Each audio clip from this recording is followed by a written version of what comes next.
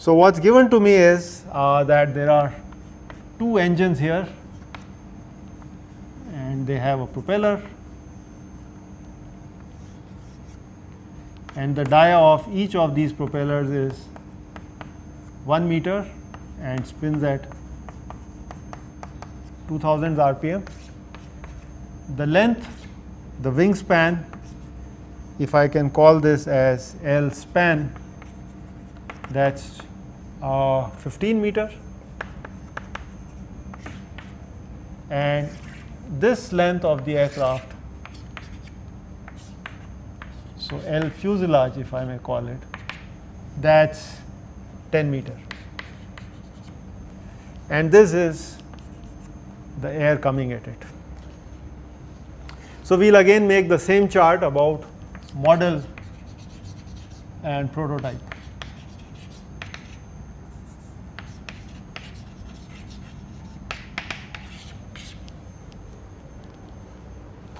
So the model is a 1/10 model, 1/10 scale model. So we already know that if I am talking about the length of the fuselage, then the prototype is 10 meter, so this would be 1 meter. If I talk about the L span, then this is 15 meter and this is 1.5 meter. Okay. If I look at the propeller, the length scale of the propeller, in this case the diameter, this is 1 meter and this is only 10 centimeters. Okay. So it would be a very tiny propeller. And if I look at the speed, this is 100 meter per second, and this I need to figure out. So first let's argue what are the similarity parameters that are important for this problem.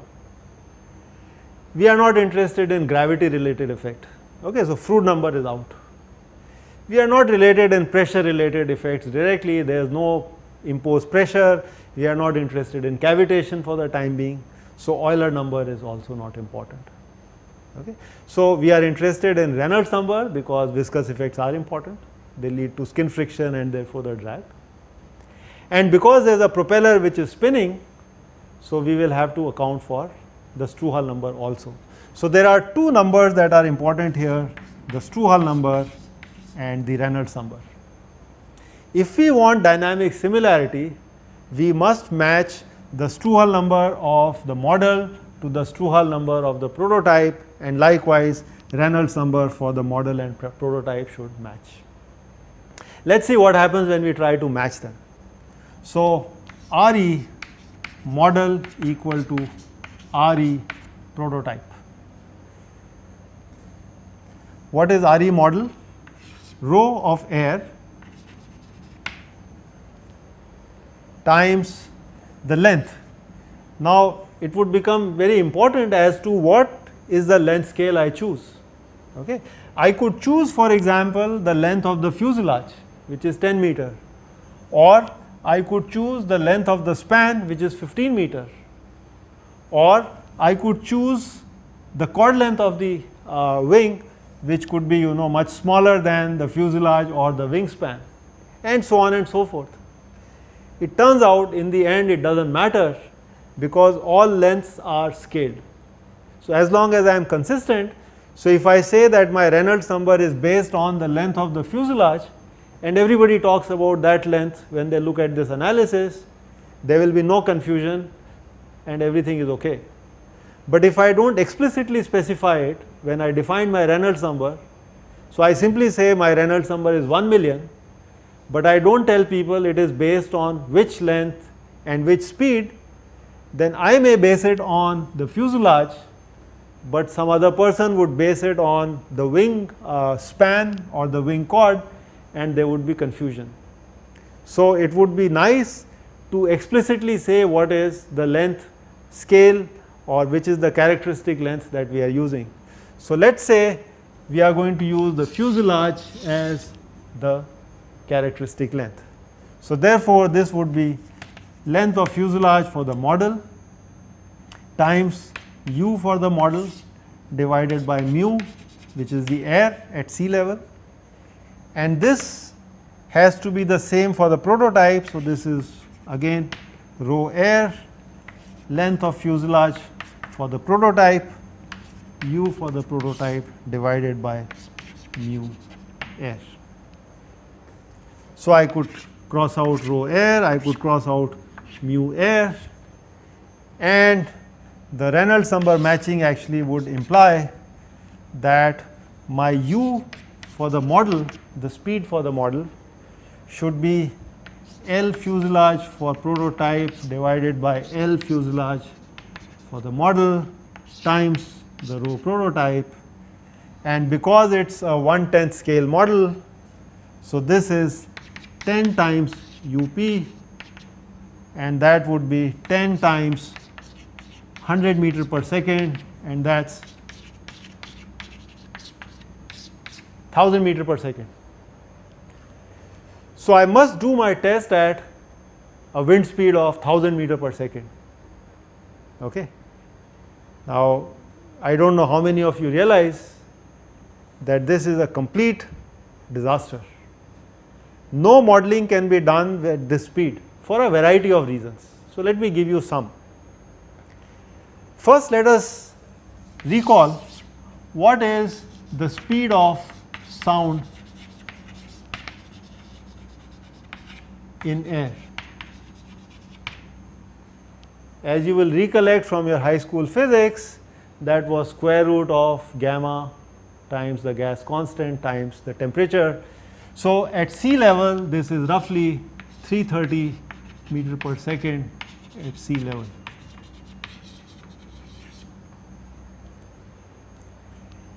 Mach number is defined as u divided by A, and it relates to the compressibility effects. Okay, we have not done this explicitly, but it is good to remember that Mach number reflects the compressibility effects.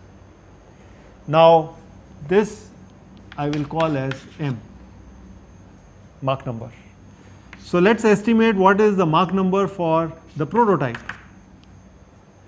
For the prototype it is 100 divided by 330, okay, which is roughly 0.3. And in the aerospace community, it is felt that if your Mach number is less than about 0.3, then you can neglect the compressibility effects and treat the flow as incompressible. Okay. Let us see what would happen for the Mach number of the model. So, this would be 1000 divided by 330, which is roughly 3. Okay. This has become supersonic.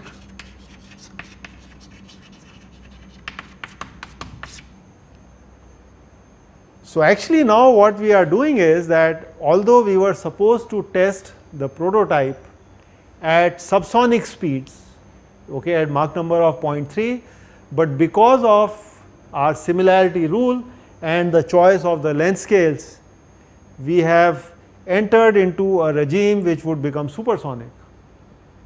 And qualitatively, a supersonic flow would be very different than a subsonic flow. Okay. And therefore, this test will have no meaning. In fact, we should have, if the Mach number was important, then amongst the dynamic parameters, not just the Reynolds number and Strouhal number, we should have matched the Mach number as well. And you can see there is no way, if we match the Reynolds number, there is no way we can match the Mach number. So, there is a problem. Okay. And therefore,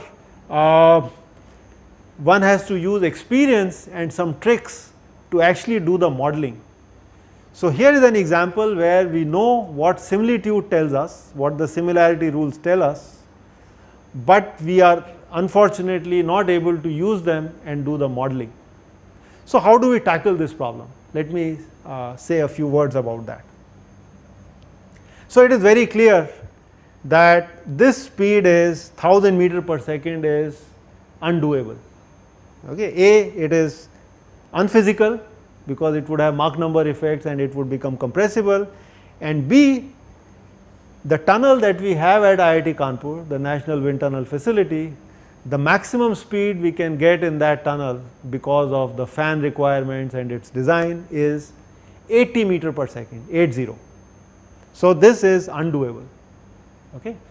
So, it turns out that if I used a 1/10 scale model, I am unable to match my Reynolds number, because the Reynolds number requires a speed of 1000 meter per second, which I cannot have. So, how do I model? Good. There is a way out. So, what we can do is we can try to see what happens to the drag coefficient with Reynolds number. Okay. As I said that we may be able to only go up to 80 meter per second in the tunnel that we have. So, for the model that we have, the 1/10 scale model, this is the limit of Re for the model. I can only operate in this regime, and this is because of the maximum speed that I have. Okay. The Reynolds number for the prototype, on the other hand, may be somewhere here. This is Re for the prototype.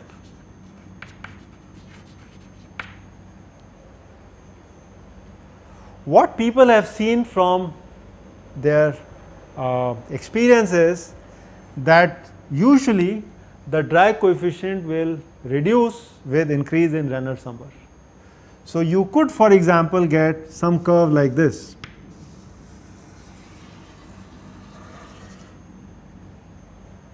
In fact, what people see is that beyond a certain Re, which we do not know what it is for in general, we will have to figure that out. CD does not change significantly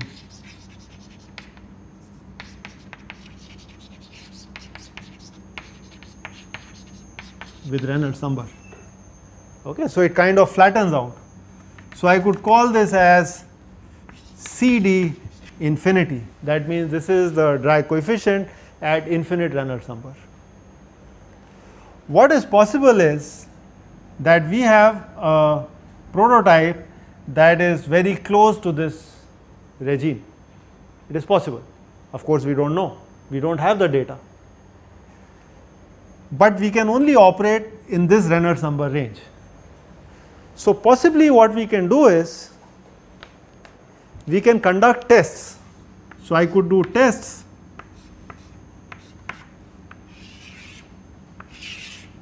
at these 3 Reynolds numbers. So, I could do a test at Re1, Re2, Re3, and then using the data here, I can reconstruct this curve and extrapolate.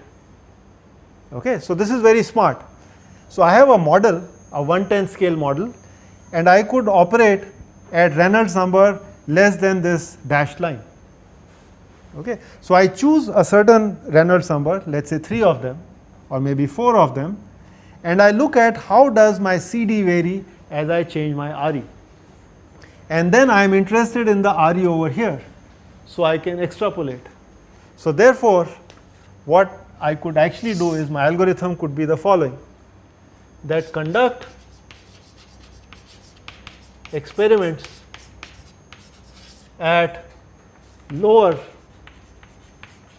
Re and extrapolate.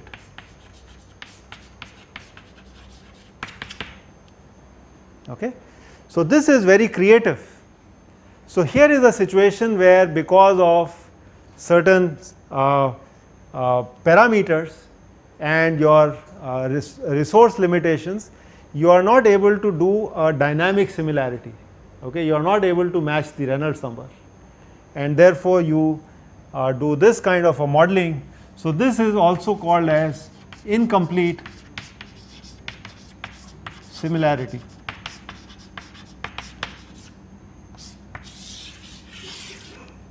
Okay. So, let me repeat what we have done. We are not able to do experiments at the Reynolds number which is demanded by the prototype for dynamic similarity. We can only go up to Reynolds number, let us say up to here. So, we track how does the drag coefficient vary with Reynolds number and then use extrapolation to get the data over here. Okay. Great. So, suppose I choose, so suppose now I decide to conduct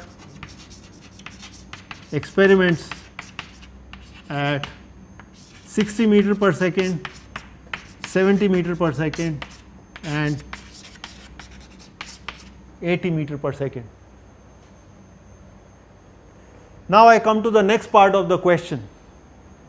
So we were supposed to find out what is the test speed. So that we have concluded we will use 3 test speeds, okay, the maximum being 80 meter per second. Now I want to figure out what about the RPM of the propeller.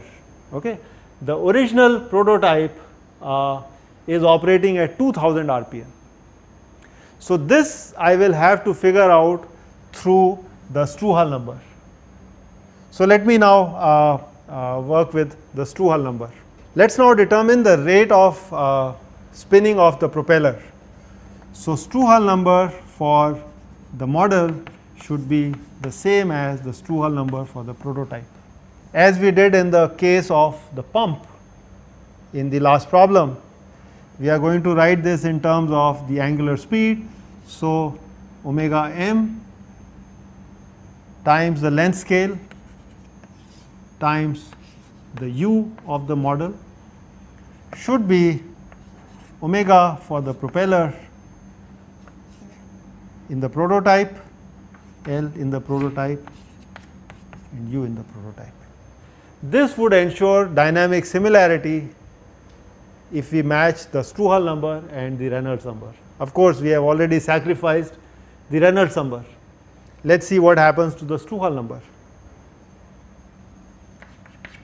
This would imply that omega for the model is actually u model by u prototype and L prototype divided by L model times the omega for the prototype. This here is 10 because I have a 1/10 scale model. So prototype is 10 times larger than the model. This I know is 2000 RPM. I know the u prototype, this is 100 meter per second. And now it turns out that depending on what is the speed of the wind tunnel at which I do the test, that will determine the omega for the model. So I can plug in these numbers and what I will find is that omega model for um equal to 60 meter per second would turn out to be 12,000 RPM and omega m for a test at 80 meter per second would turn out to be 16,000 RPM. Okay. So imagine for the prototype my propeller was spinning at 2000 RPM, but now when I put this in a scaled manner inside the wind tunnel, I will have to spin it at this humongous rotation rate 12,000, 16,000 RPM, and it has to change with the speed of the test. Why is that happening? You can understand that physically from the fact that when the propeller is spinning, it has a certain tip speed. The tip speed is the angular speed times the radius omega r. So that is the tip speed of the propeller, but my aircraft is moving forward with a certain linear speed. So there is something called an advance ratio. how much does the propeller move, the aircraft move forward by the time this propeller goes through one cycle of rotation, okay? And that has to be maintained for dynamic similarity. So that is why you would get omega that depends on the model speed. Alright, so therefore what we are able to see is that for dynamic similarity you must match the Reynolds number which tells you the speed, but you are not able to, therefore you do extrapolation, and for the Struan number matching you must do these RPMs. Okay, so that finishes the second part. The third part is about the drag. So that is a little bit easy to do because we know that drag is given as CD times half rho u square times L square. So therefore drag on the model or the prototype divided by drag on the model is simply CD is going to be same for both of them.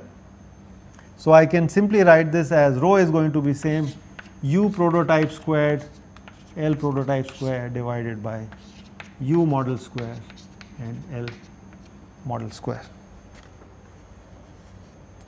And for 80 meter per second for um equal to 80 meter per second, this ratio would turn out to be 156.25, which means the drag that acts on the model, if I had to scale it to what would happen for a prototype, that is the factor, little bit more than 150.